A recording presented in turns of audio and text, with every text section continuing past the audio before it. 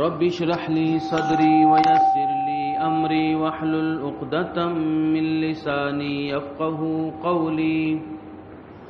وقال تعالى في مقام آخر: شهر رمضان الذي أنزل فيه القرآن.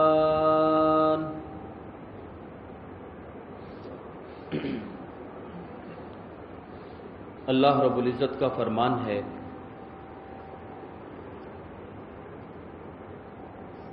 وَرَبُّكَ يَخْلُقُ مَا يَشَاءُ وَيَخْتَارُ.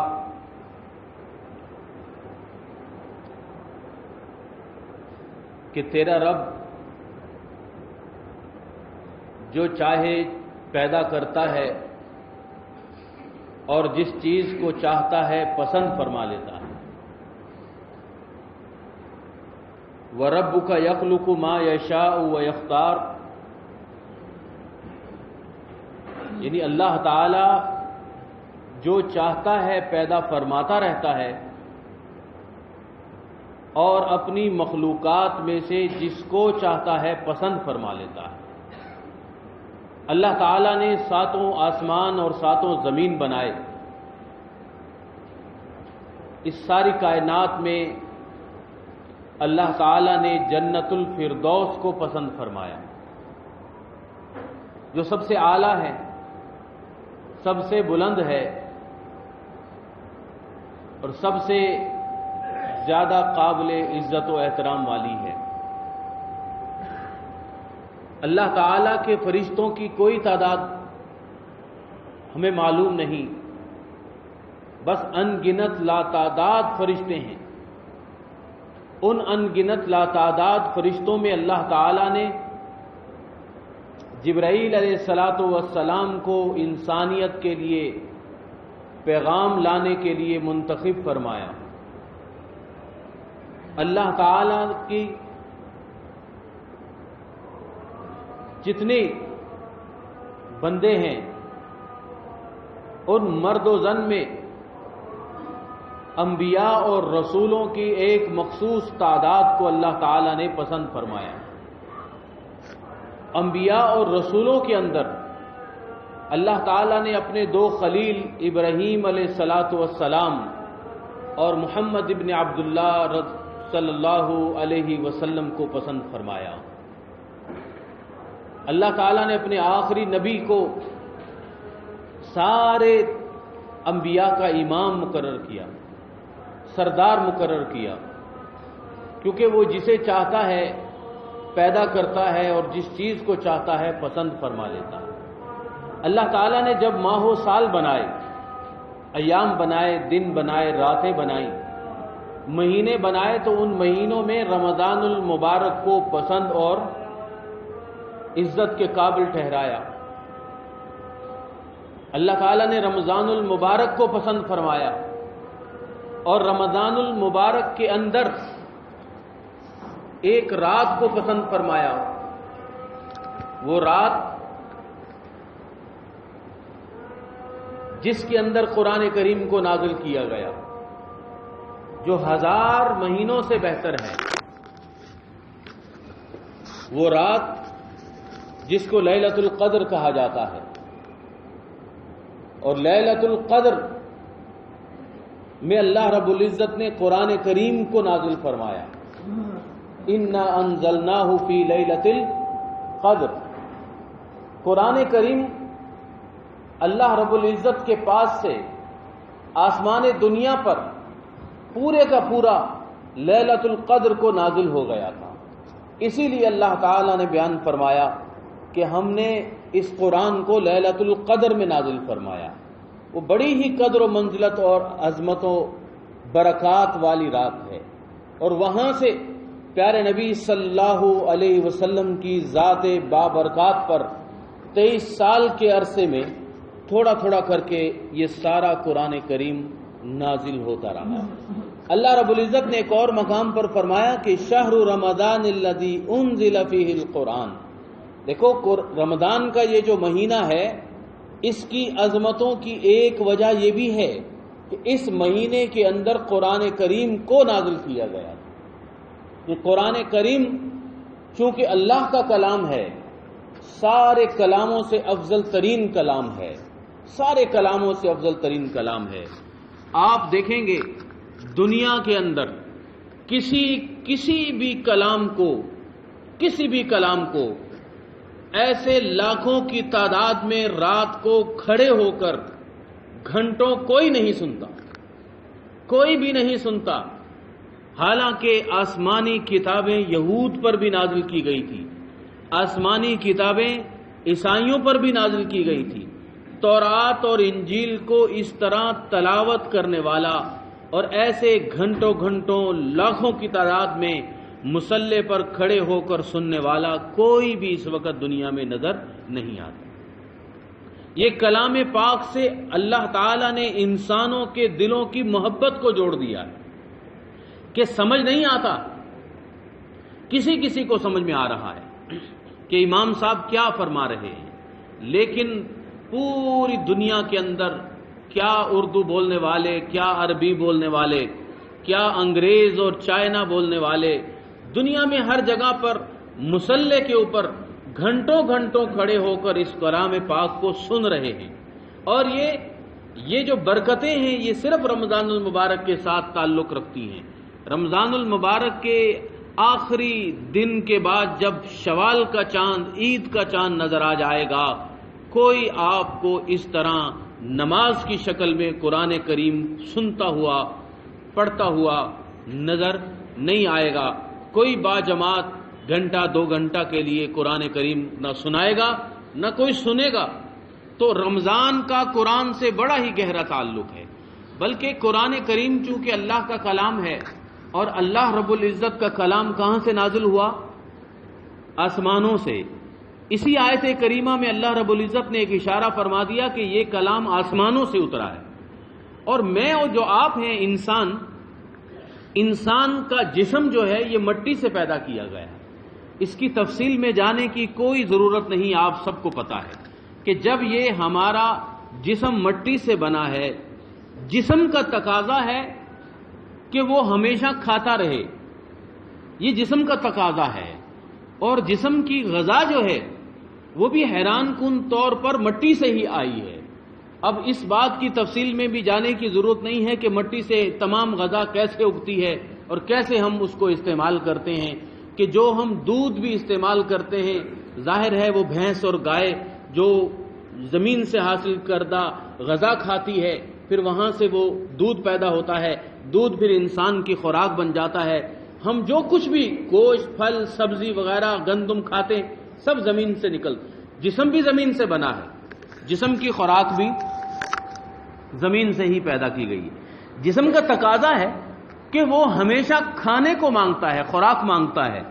اگر ہماری مجبوری نہ ہوتی کہ اب ہمارا پیٹ بھر گیا ہے، یا ہمارا پیٹ اجازت ہی نہیں دیتا کہ ہم مزید اس کے اندر ڈالیں، تو پھر اگر یہ مجبوری نہ ہوتی تو آپ دیکھتے کہ انسان ہمیشہ کھاتا ہی رہتا ہے، کیونکہ انسان یہ جسم جو ہے اس کا تقاضا ہے، وہ مانگتا ہے۔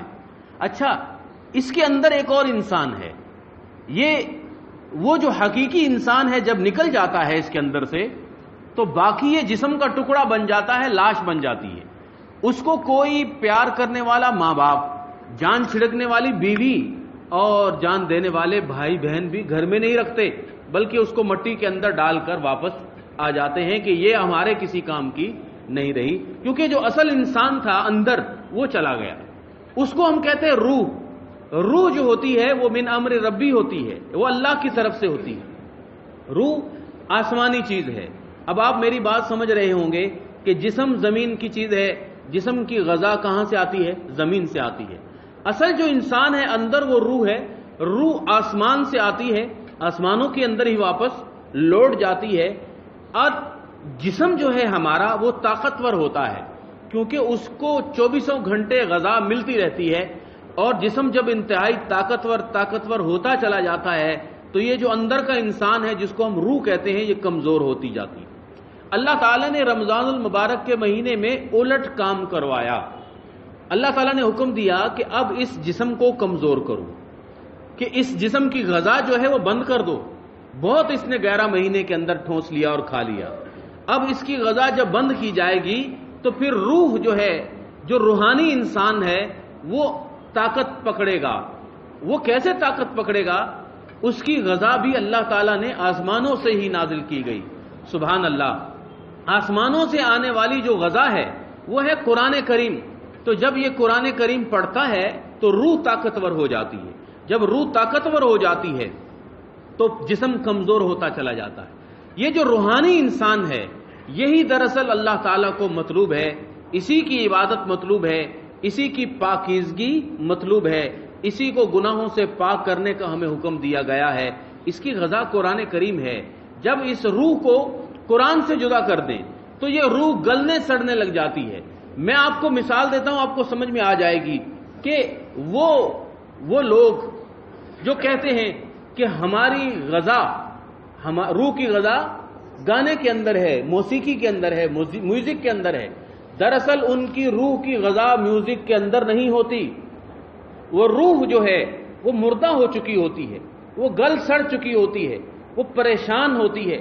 اس پریشان روح کو سہارا چاہیے ہوتا ہے۔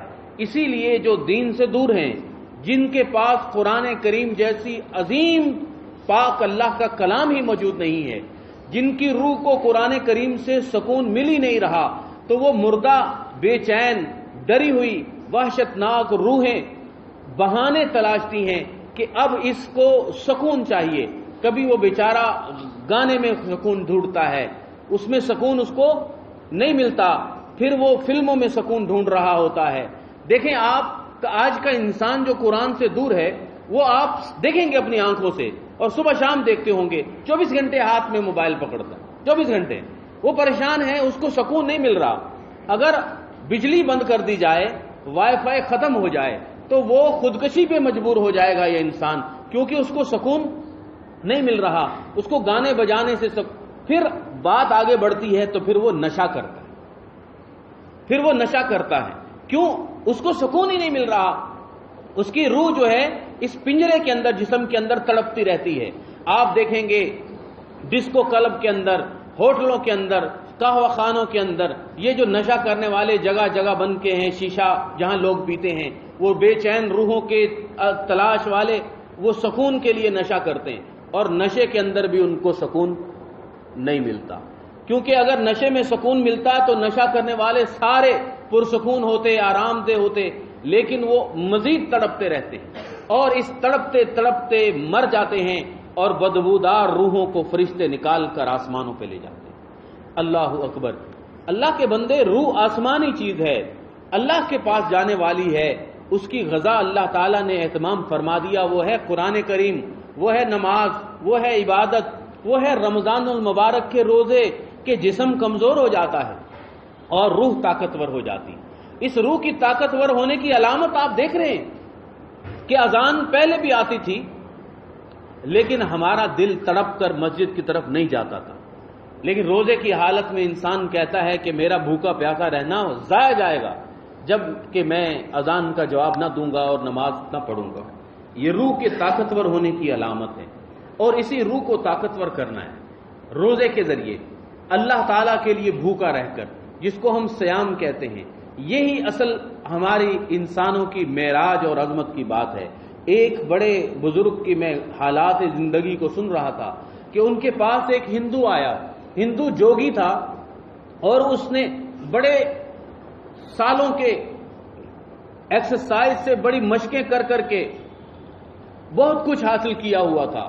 اس نے اس عالم دین کو کہا کہ میرے ساتھ تم مقابلہ کرو، مناظرہ کرو کھانا کھانے کے اوپر، میں کھانا زیادہ کھاتا ہوں کہ آپ کھانا زیادہ کھا سکتے ہیں، اسی سے جو زیادہ کھانا کھائے گا وہ جیت جائے گا اور اس کا مذہب سچا کہلائے گا۔ اس اللہ کے بندے نے، اس ولی اللہ اور بزرگ نے جواب دیا، کھانا کھانے پر میرے ساتھ مقابلہ نہیں کرو، میرے ساتھ مقابلہ کرنا ہے تو پھر بھوکا رہنے پر مقابلہ کرو، کیونکہ ہم رمضان المبارک کے روزے رکھتے ہیں اور ہم بھوکا رہ کر اپنے نفس کو کمزور کرتے ہیں، اپنی روح کو طاقتور کرتے ہیں۔ بھوکا رہ کر مقابلہ آؤ میرے ساتھ کرو، اور اگر کھانا کھانے کا مقابلہ کرنا ہے تو کسی بھینس کے ساتھ کرو، کسی جانور کے ساتھ کرو، وہ تمہارے ساتھ مقابلہ کر لے گی۔ زیادہ کھانا کمال نہیں ہے، کھانا اللہ کے لیے چھوڑ دینا کمال ہے، اللہ کے لیے بھوکا رکھنا کمال ہے۔ آج جو اللہ تعالیٰ نے ہماری زندگیوں کے اندر نہ جانے 20واں 30واں 40واں 50واں رمضان المبارک عطا فرمایا ہے، اس میں ہم فائدہ کیسے حاصل کریں، اس رمضان المبارک کو حقیقی بابرکت، سود مند، ثمر آور اور فائدہ مند کیسے بنائیں، یہ میرا موضوع ہے۔ اللہ تعالیٰ سے دعا ہے کہ اللہ مجھے آپ کو سمجھنے کی توفیق عطا فرمائے۔ دیکھیں بات ہم نے شروع کی ہے کہ انسان کی اندر کا انسان ہے جو حقیقی انسان ہے، جو روح ہے اس روح کی غذا آسمان سے اللہ تعالیٰ نے مقرر فرما دی ہے، وہ ہے قرآن کریم کو پڑھنا، قرآن کریم کو سننا، قرآن کریم سے تعلق قائم کر لینا۔ اللہ نے اس بابرکت مہینے میں قرآن کریم کو نازل فرما دیا، اس مہینے کی ایک رات میں قرآن کریم کو نازل فرما دیا۔ اس کا بڑا گہرا تعلق ہے۔ اب رسول اللہ صلی اللہ علیہ وسلم کی زندگی بھی اسی طرح تھی کہ آپ کی یہ سنت ہے کہ آپ جب بھی رمضان المبارک آتا تو آپ کے پاس جبرائیل علیہ الصلوۃ والسلام تشریف لایا کرتے تھے اور پورے قرآن کریم کو دہرایا جاتا تھا۔ دیکھیں ایک امام الانبیاء ہیں، ایک فرشتوں کے سردار ہیں، دونوں ایک دوسرے کو کیا سناتے تھے؟ قرآن کریم، پورے کا پورا قرآن کریم دہرایا جاتا تھا۔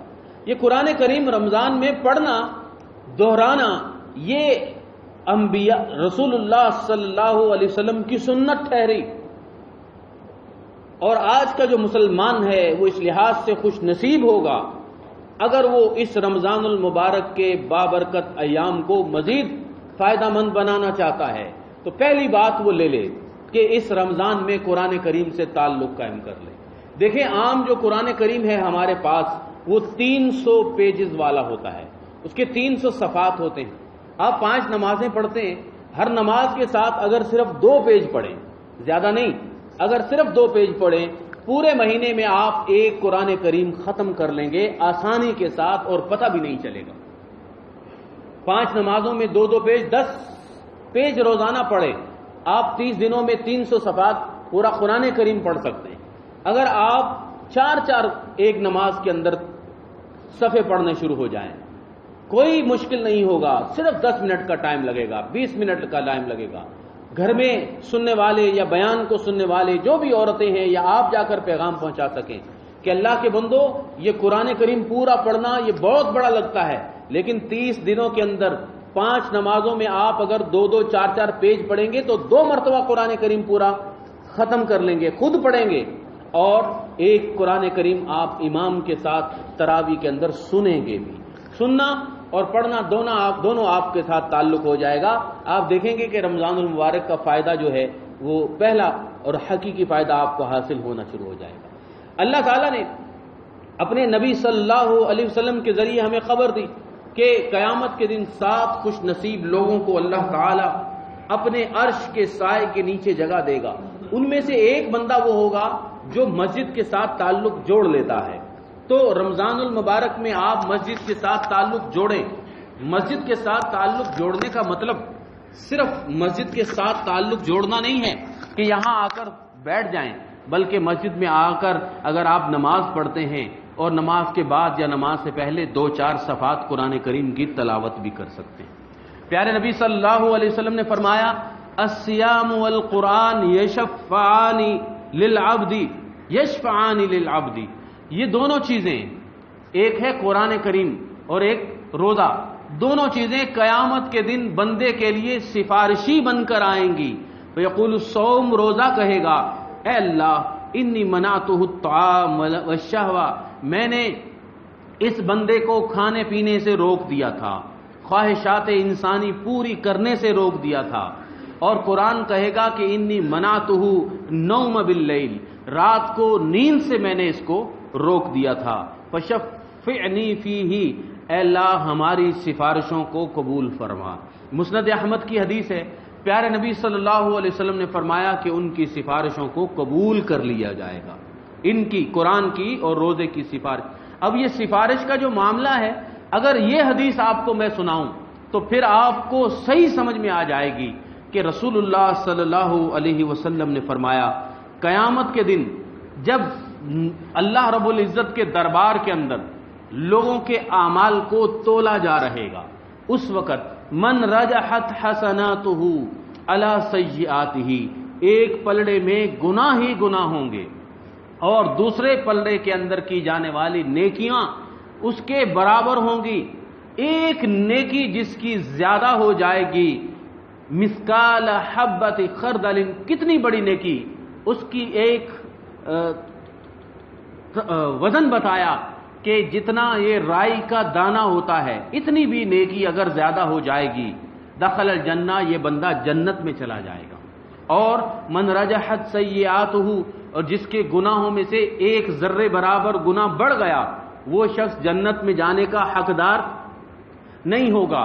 ایسے مرحلے پر اگر کوئی عظیم اللہ تعالیٰ کی پیاری چیز قرآن کریم یا روزہ جیسی عظیم چیز آ جائے اور سفارش کرے تو سوچیں کہ وہ بندہ کتنا زیادہ خوش ہوگا کہ میں تو سوچتا بھی نہیں تھا کہ یہ چیز میری سفارش کرے گی۔ اور قرآن کریم کی تلاوت کی جب بات آئی تو ایک وقت ہوتا ہے وہ رات کا آخری پہر، اس وقت اللہ رب العزت نے فرمایا کہ ان قرآن الفجر کان مشہودا، وہ فجر کے وقت، سحری کے وقت 3 بجے، 2:30 بجے، 3:30 بجے اذان سے پہلے جب آپ سحری کرتے ہو، اس وقت اگر قرآن پڑھو گے تو فرشتوں کے حاضر ہونے کا موقع ہوتا ہے، وہ وقت فرشتوں کے حاضر ہونے کا موقع ہوتا ہے۔ یہیں سے آپ رمضان المبارک کا دوسرا فائدہ بھی سوچنا یا سمجھنا شروع کر دیں کہ ایک تو قرآن اور دوسری بات ہے سحری کا وقت، سحری کے وقت کو یوزفل بنائیں اور فائدہ مند بنائیں۔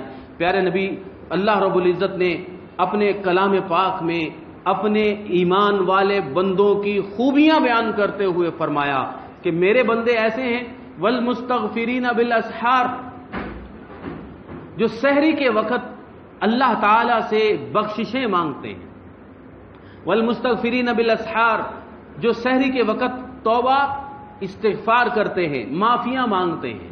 اللہ تعالیٰ نے ان کی صفات بیان کرتے ہوئے فرمایا تتجافا جنوبہم عن المضاجع، یہ اللہ کے بندے ایسے ہوتے ہیں کہ ان کا دل کرتا ہے، جسم چاہتا ہے کہ اس وقت بستر پر لیٹنا اور نیند کا آ جانا انتہائی دل پسند چیز ہوتی ہے۔ اس وقت ساری دنیا سو رہی ہوتی ہے، بلکہ اگر کوئی چوری چکاری کرنے والے راتوں کو جاگتے ہیں وہ بھی سحری کے وقت سو جاتے ہیں۔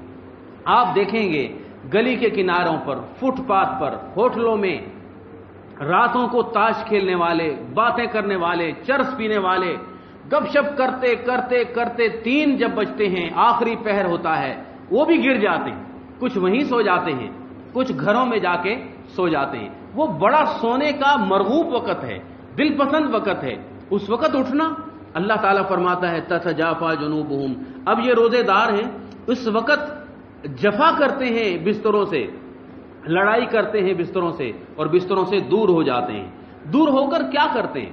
جو آج کل کا پرائم ٹائم ہے کہ جی لوگ ٹی وی کھول لیتے ہیں، ٹی وی پر وہ سمجھ رہے ہوتے ہیں کہ ہم دین سیکھتے ہیں یا دینی پروگرام آ رہے ہیں یا کوئی باتیں چل رہی ہیں، کوئی نہ کوئی بزرگ ہوگا، دیندار ہوگا، کوئی عالم ہوگا، باتیں کر، نہیں، آپ اپنے لیے تو کچھ کمائیں بھائی، کمائی کا سیزن ہے، تاجر لوگ ہو، تجارت کے سیزن کے وقت بھی آپ دھوکے میں، خسارے میں، ناکامی میں اور پیچھے رہ جائیں، کمائے نہ، فائدہ نہیں ہوگا۔ والمستغفرین بالاسحار، رمضان المبارک کو فائدہ مند بنانے کا دوسرا خوبصورت ترین طریقہ کہ سحری کے وقت معافی مانگیں، اللہ سے استغفار کریں، توبہ کریں، قرآن کریم کی تلاوت کریں۔ اللہ اکبر، رسول اللہ صلی اللہ علیہ وسلم نے بیان فرمایا لکل مسلم دعوت مستجابۃ، اللہ تعالیٰ ایک مسلمان کو ایک دعا دیتا ہے اور اس دعا کے اندر اس کو آپشن اس کے پاس ہوتا ہے کہ یہ دعا اس کی ضرور قبول ہوگی۔ یدعو بہا فی رمضان، جو رمضان میں مانگے، مسند احمد کی حدیث ہے یہ، رمضان میں ایک دعا اللہ اس کی ضرور قبول فرماتا ہے۔ بھائی کون نہیں ہے جو بیمار ہو، کون نہیں ہے جو پریشان حال ہو، کون نہیں ہے جو بے روزگاری، بے گھری، بے پریشانی، مصیبتوں، رشتوں کی پریشانیوں کے اندر مبتلا ہو۔ تو ماں اور بہنوں یا اولاد جو میری بات سن رہے ہیں، ایک دعا کو پکڑ لیں، سحری اور افطاری کے وقت بار بار اللہ سے وہی مانگتے رہیں، اور نہیں تو جنت کی طلبی، جہنم سے آزادی، گناہوں سے معافی مانگتے رہیں، بار بار مانگتے رہیں، ایسے مانگتے رہیں جیسے بچہ اپنی ماں سے رو رو کے دودھ مانگتا ہے، اور اللہ تعالیٰ کو واسطے دیں، وسیلے دیں کہ دیکھیں اے اللہ تیرے لیے 15 20 15 16 گھنٹے گرمی کے دنوں میں میں پانی نہیں پیتا، کھانا نہیں کھاتا، بھوکا رہتا ہوں، کس کے لیے؟ تیرے لیے۔ دیکھ، کسی کے لیے کھانا تو سنا ہے، کسی کے لیے بھوکا رہنا کوئی نہیں کسی کے لیے بھوکا رہتا۔ یہ بندہ ہے مسلمان اللہ کے لیے بھوکا رہتا ہے۔ اے اللہ میں تیرے لیے میں قرآن پڑھتا ہوں، سنتا ہوں، تیرے لیے نمازیں، تیرے لیے میں یہ صدقہ و خیرات کرتا ہوں۔ دیکھیں اللہ تیرے لیے میں نے اپنی حلال کمائی سے غریبوں کو دیا، یتیموں کو دیا، پڑوسیوں میں دیکھا جن کے گھر میں راشن نہیں، راشن دیا، میں نے اللہ کے گھروں کو دیا، مساجد کو دیا، مدارس کو دیا۔ اب اس وسیلے کے ساتھ اللہ تعالیٰ سے دعا مانگے۔ رسول اللہ صلی اللہ علیہ وسلم نے بیان فرمایا، ثلاثۃ لا ترد دعوتہم، 3 بندوں کی دعائیں اللہ تعالیٰ رد نہیں کرتا، انکار نہیں کرتا۔ الصائم، روزہ دار جب تک وہ روزہ کھول نہ لے، والامام العادل، انصاف کرنے والے حکمران کی دعائیں اللہ قبول فرماتا ہے، ودعوت المظلوم، مظلوم مکروب پریشان حال آدمی کی دعائیں بھی اللہ تعالیٰ قبول فرماتا ہے۔ یہ رمضان کا تیسرا فائدہ یہ ہے کہ رمضان المبارک کے اندر ہماری عبادات میں، ہماری مناجات میں، دعاؤں میں اثر انگیزی شروع ہو جاتی ہے، ہم حصول جنت کے قریب ہو جاتے ہیں، جہنم سے آزادی کا موقع مل جاتا ہے، اور اس کو فائدہ مند بنائیں، اس کو ضائع نہ ہونے دیں۔ دیکھیں اللہ اکبر، 20 30 50 رمضان آئے جو پہلے آ چکے ہیں، اور یہ رمضان المبارک ہمارے پاس سایہ فگن ہے اور چل رہا ہے، لیکن کوئی گارنٹی نہیں ہے کہ اگلا رمضان آئے گا تو ہم زندہ ہوں گے، کوئی گارنٹی نہیں دے سکتا۔ یہ تو ہے کہ اگلا رمضان آئے گا، پتہ نہیں ہزاروں رمضان آئیں گے قیامت تک، ماہ و سال یوں ہی چلتے رہیں گے، سورج یوں ہی طلوع ہوگا، یوں ہی غروب ہوگا، چاند دیکھنے والے یوں ہی چاند دیکھا کریں گے، لاکھوں لوگ مسجدوں کے اندر بھاگ بھاگ کر اللہ کی عبادت کیا کریں گے، لیکن ان کے اندر میں ہوں گا اس کا کوئی پتہ نہیں ہے۔ اللہ کے رسول صلی اللہ علیہ وسلم نے فرمایا، الصیام جنۃ، روزہ جہنم سے ڈھال ہے، جہنم کی آگ کے مقابلے میں ڈھال ہے، اس ڈھال کو ضائع نہ کریں۔ فرمایا ان صام احدکم فلا یرفث، دیکھو روزہ رکھا ہوا ہے تو روزے کے اندر جذباتی بننے کی ضرورت نہیں ہے، اور دکانوں میں، بازاروں میں، گھروں میں کہ جی صاحب نے روزہ رکھا ہے اور ہر کسی کے ساتھ گالو گلوچ اور ہر کسی کو ڈانٹ پھٹکار کی کوئی ضرورت نہیں ہے۔ ولا یجہل فی الصائم، روزے دار کو چاہیے کہ وہ جہالت والا کوئی کام نہ کرے، کیونکہ روزہ بہت قیمتی ڈھال ہے اور اس ڈھال کو وہ توڑے نہ۔ فرمایا من لم یدع قول الزور، بھائی جھوٹ نہ چھوڑا، جس بندے نے جھوٹ نہ چھوڑا، بے ایمانی نہ چھوڑی، وہی جھوٹی کاروبار کے اندر قسمیں کھانا نہ چھوڑا، وہی دھوکہ فریب، گھر کے اندر جھوٹی باتیں، رشتے ناتوں میں جھوٹ، لوگوں کے ساتھ جھوٹ، دنیا والوں کے ساتھ جھوٹ نہ چھوڑا۔ فَلَيْسَ لِلَّهِ حَاجَةٌ أَن يَدَعَ طَعَامَهُ وَشَرَابَهُ، تو پھر وہ بھوک پیاس بھی کیوں برداشت کر رہا ہے، وہ بھوک کھانا بھی کیوں چھوڑ رہا ہے، وہ پینا بھی کیوں چھوڑ رہا ہے؟ جو چھوڑنے کی چیز تھی، مطلب روزہ منہ کا، زبان کا تھا تو روزہ کان کا بھی تھا، روزہ آنکھوں کا بھی تھا، روزہ پیٹ کا بھی تھا، روزہ ہاتھ کا بھی تھا، بلکہ آج کل کہا جاتا ہے کہ روزے کا بھی روزہ تھا، مطلب روزہ تھا کہ ہم کھا پی نہیں رہے، اب اس کا بھی روزہ ہے کہ اب کھا پی نہیں رہے تو جھوٹ بھی نہ کہیں، بھائی گالی گلوچ بھی نہ ہو، بکواسات بھی نہ ہو، دھوکہ اور فریب بھی نہ ہو، مسلمان بن کے رہے۔ کہ ٹھیک ہے رمضان ہے، میں روزے کے اندر ہوں، میں غلط بیانی نہیں کر سکتا، اور میں یقین سے کہتا ہوں، دعویٰ ہے میرا، اگر آپ اس چیز کو مضبوطی سے تھام لیں کہ میں کاروبار میں ہوں، تاجر ہوں، ملازم ہوں، لیکن میں روزوں کے اندر جھوٹ نہیں بولوں گا، بے ایمانی نہیں کروں گا، اور دیکھیں گے آپ رمضان جب ختم ہوگا، آپ کا رمضان توبہ والا ہوگا، آپ کا رمضان بخشش والا ہوگا، قبولیت والا ہوگا، تبدیلی لے کر آئے گا، آپ کی عبادتوں کو قبول کروانے والا بھی ہوگا، اور آپ بھوکے نہیں مریں گے، کوئی نقصان نہیں ہوگا، کوئی بھی نقصان نہیں ہوگا۔ فرمایا کہ یہ رمضان المبارک جہنم سے آزادی کا ذریعہ بھی بن سکتا ہے۔ وَلِلَّهِ عُتَقَاءٌ مِّنَ النَّارِ، اللہ تعالیٰ جہنم سے آزاد کرتا ہے اپنے بندوں کو، وَذَلِكَ فِي كُلِّ لَيْلَةٍ، اور یہ رمضان کی ہر رات میں ہوتا ہے۔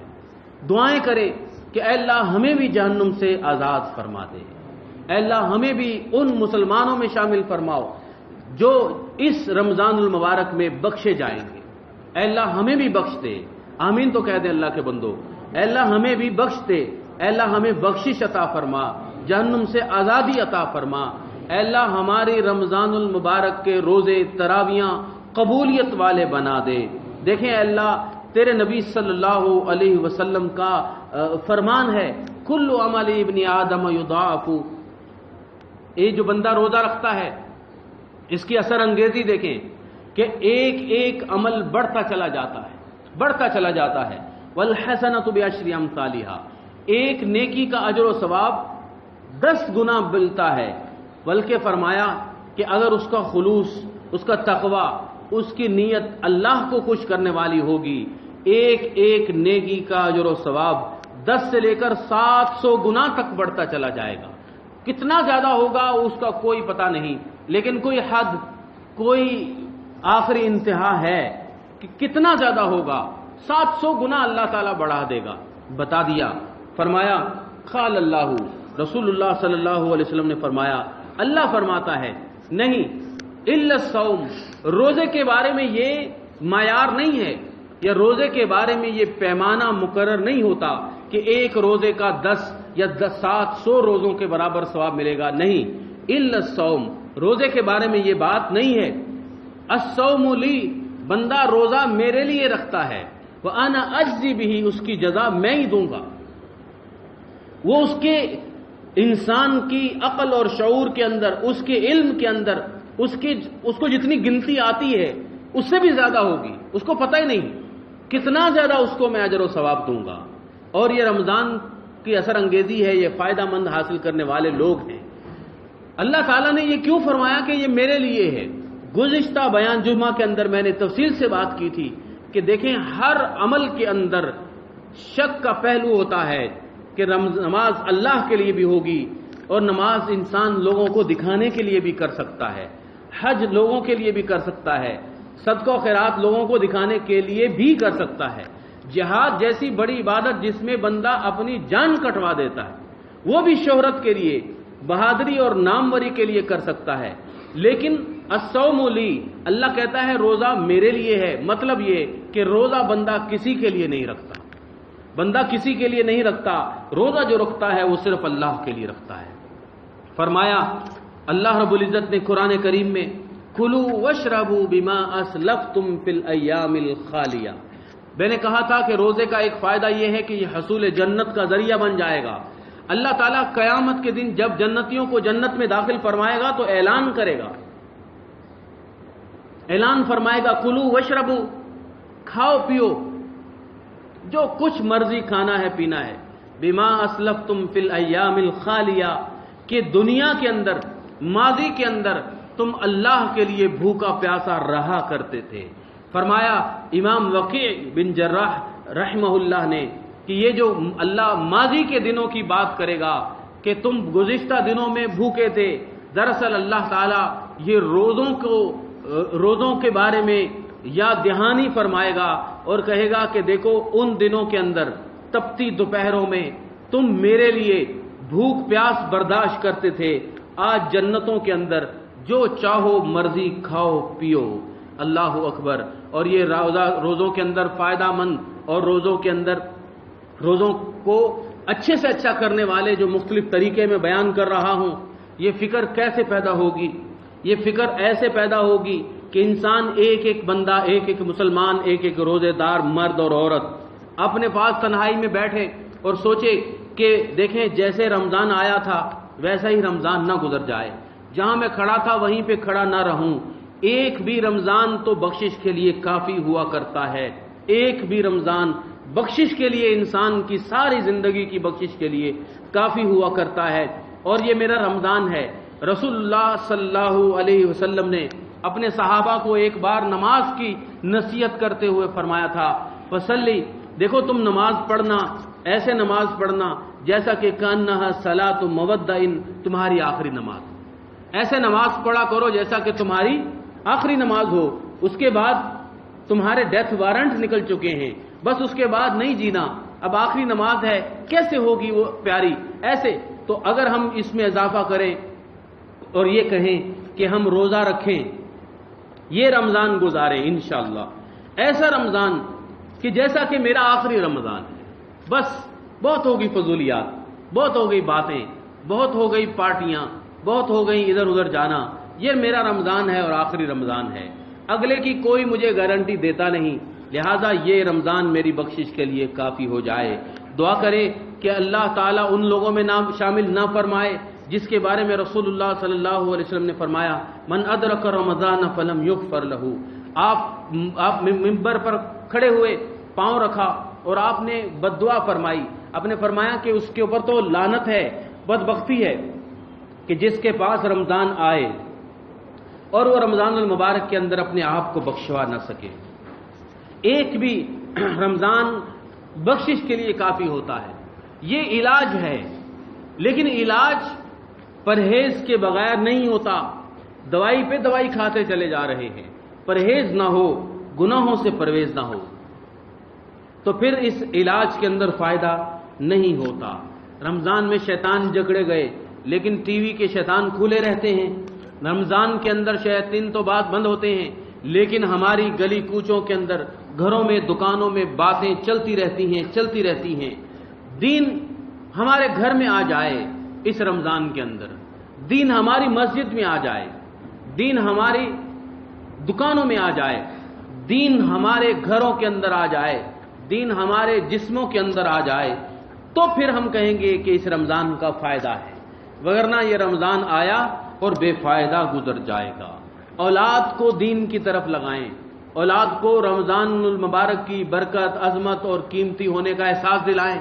بھائی بچے ہیں چھوٹے، آپ ان کو روزہ رکھوائیں، گھروں میں سکون دیں، آرام دیں، لیکن روزہ رکھوائیں، ان کو پتہ تو چلے۔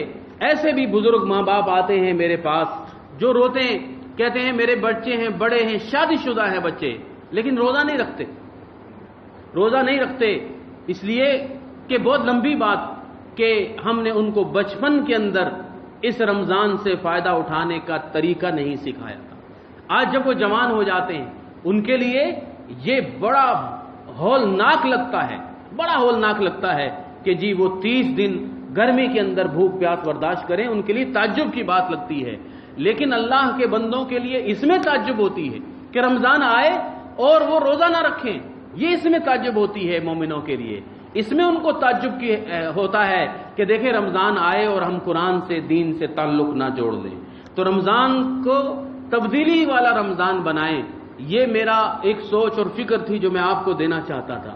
تبدیلی والا رمضان اپنے لیے بھی بنائیں، لوگوں کے لیے بھی بنائیں کہ رمضان غمخواری کا مہینہ ہے، رمضان غمخواری کا مہینہ ہے، انسانیت کی فکر کا مہینہ ہے، غریبوں کا خیال کریں۔ یطعمون الطعام علی حبہ مسکینا و یتیما و اسیرا، کھانا کھلائیں لوگوں کو، ایک ایک کھجور لوگوں کے اندر بانٹ دیں، یہ نیت کریں کہ ایک ایک کھجور جو میں دوں گا روزہ دار روزہ کھولے گا۔ من فطر صائما، اللہ کے رسول نے فرمایا کہ جو کسی روزے دار کا روزہ کھلواتا ہے، روزے رکھنے والے کو جتنا ثواب ہوتا ہے افطاری کرانے والے کو بھی اتنا ثواب ہوتا ہے۔ یہ انسانیت کا بڑا بہترین سبق ہے۔ لوگ راشن بناتے ہیں پیک اور وہ غریبوں کے اندر بانٹتے ہیں۔ اللہ نے اگر آپ کو صاحب ثروت اور صاحب حیثیت دی ہے، آپ ایک گھر کا راشن دیں، 2، 4، 20، 30 جتنے بھی آپ کر سکتے ہیں آپ غریبوں کو افطاری کروائیں. انسانیت کا مطلب کہ میں ایسا مسلمان بنوں جو موسمی مسلمان نہیں، میں حقیقی مسلمان، لوگوں کی فکر، غم رکھنے والا. افضل الصدقۃ فی رمضان. آخری بات آ گئی اور آخری وقت ہے کہ اللہ کے رسول صلی اللہ علیہ وسلم نے فرمایا افضل ترین صدقہ جو ہوتا ہے وہ رمضان کے اندر ہوتا ہے. تو آپ اگر مسجد کو دیں، مدرسے کو دیں، غریبوں کو دیں، معاشرے کے ناداروں یتیموں کو تلاش کر کے ڈھونڈ کر دیں، تو یہ رمضان میں دیا جانے والا صدقہ افضل ہوتا ہے. رمضان میں دی جانے والی زکوٰۃ بھی افضل ترین ہوتی ہے. کان رسول اللہ صلی اللہ علیہ وسلم اجود الناس. پیارے نبی رمضان کے اندر سخی ترین بن جاتے تھے. کتنے سخی؟ جیسا کہ آندھی ہوتی ہے، طوفان کی طرح ہوا آتی ہے، ایسے آپ سخی بن جایا کرتے تھے. آج بھی لوگوں کو پکڑ کر روزہ کھلواتے ہیں کہ جی میرے پاس روزہ کھولیں، میرے پاس روزہ کھولیں. دل میں لوگوں کی تڑپ اور لوگوں کی احساس والا. جب یہ ساری فائدہ مند چیزیں اگر ہم کر لیں اور امید ہے، حسن ظن ہے کہ ہم سب کریں گے انشاءاللہ تو کہہ دیں، تو رسول اللہ صلی اللہ علیہ وسلم کا یہ فرمان سنیں. آپ نے فرمایا کہ من صام رمضان ایمانا و احتسابا. ایسا فکر مندی والا، سوچ والا، تبدیلی والا جو روزہ رکھے، جو رمضان گزارے اللہ پر ایمان لاتے ہوئے، اللہ کو راضی کرنے کی نیت کے ساتھ، غفر لہ ما تقدم من ذنبہ. ماضی کے 20 30 40 50 سال کے سارے گناہوں کو اللہ معاف فرما دے. اللہ تعالی ہمیں بھی ان لوگوں میں شامل فرما لے. وآخر دعوانا ان الحمد للہ.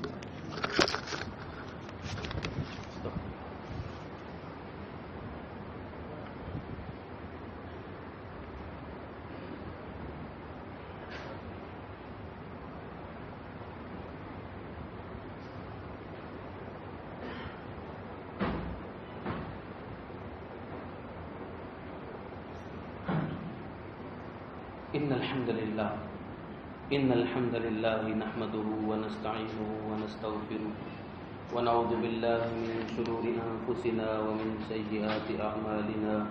من يهده الله فلا